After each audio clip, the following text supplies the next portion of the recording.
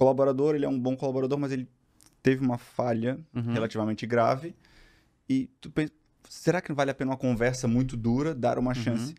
O que, sei lá, a psicologia explica de a pessoa, ela volta com a confiança que me deram a chance, agora eu sou muito bom, e depois, daqui a pouco, a gente acaba tendo que desligar a pessoa porque ela se estufou demais, não sei. Não sei se tem algo que explique, tá? Jogando na fogueira aqui, tá? Sim, tu vem falando já. Peguem leve, pessoal, mas aqui eles não pegaram. Cara, o que eu vou te falar, assim, do que eu tô... Enquanto tu foi falando, eu fui pensando, né, qual linha seguir. E lembrando que foi a metade da graduação em psicologia, tá, gente? Então, vamos lá. Eu diria que, primeiro, aquela história, cada caso é individual, cada cenário. Quando a gente vai fazer um feedback como esse, digamos que a pessoa entrou nessa zona vermelha ali, essa zona de ou recupera ou será convidada a sair do negócio, né? Eu acho que vale a gente fazer uma análise do histórico dessa pessoa e não só daquele evento. Então, falando da psicologia, o ser humano tem a tendência a olhar para aquilo que é o risco, o problema, a dor, fugir da dor em direção ao prazer. Então, é natural que a gente se concentre naquilo que deu errado, mais do que nas outras 99 coisas que ela fez que deram certo. Pô, aquela história é clássica, né? Eu fiz 10 coisas, a única que eu errei, tu deu atenção a ela, né? Então, se a gente fizer um zoom out ali, né, e olhar de uma forma mais ampla para o histórico dessa pessoa, a gente pode entender o que levou ela a cair, ou a crescer, ou a mudar o padrão. E aí sentar abertamente e conversar com ela.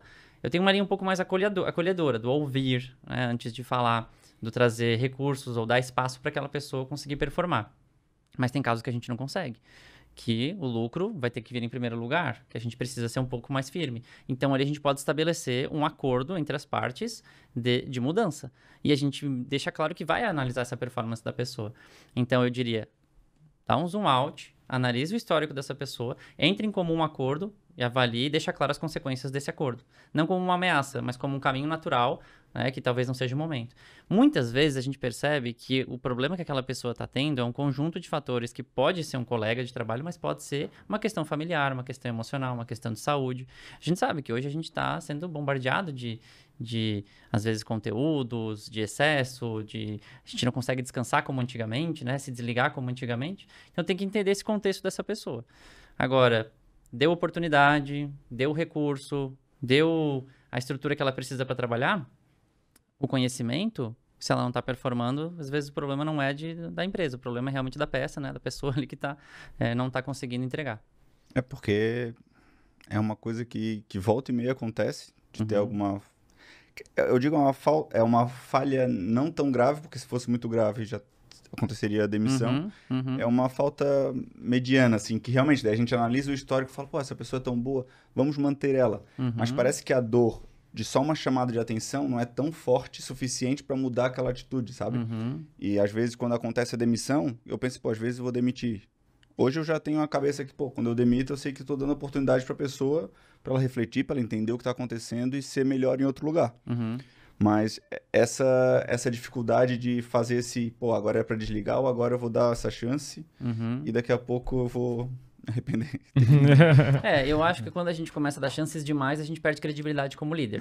Mas tudo bem a gente dar uma chance, dependendo do caso, se é administrável, né? Agora, eu realmente reforçaria aqui, ó, acordo de expectativas e alinhamento claro. Quando a gente vai dar um feedback, muitas pessoas, o líder, fala, pô, não gosto quando tu faz isso. Não, peraí, não gosto. Qual que é o impacto dessa atitude para o negócio? Qual que é o impacto para o atendimento ao cliente? O impacto para os colegas de trabalho? Explica o que isso ocasiona e acarreta no contexto, para que a pessoa tome consciência. E aí entre em comum acordo. A partir de agora, posso contar contigo que essa mudança de postura vai acontecer? E a gente vai voltar a conversar no dia tal para falar justamente sobre o avanço nisso. Tudo bem? A pessoa, não, tá claro... Entrei em acordo, entendi as expectativas do que ele espera que eu mude, né? Então, se eu não performar, deixou de ser... Ok, às vezes falta prática, precisa dar o tempo de maturação quando é um trabalho bem complexo, mas se a pessoa tem todos os recursos e não performou, já virou, às vezes, uma escolha ou uma limitação dela, que ela não está conseguindo ultrapassar. Normalmente é algo mais comportamental, essa questão da chance, do que algo... técnico, realmente. E a gente tem que cuidar muito para não se tornar psicólogo, né? Porque líder acaba virando psicólogo de liderado. Sim. Vai dar um feedback não é opinião pessoal, feedback não é desabafo do líder, não é comparação com outro colaborador, ó, porque o outro faz melhor, então, e aí já começa a gerar esse conflito interno.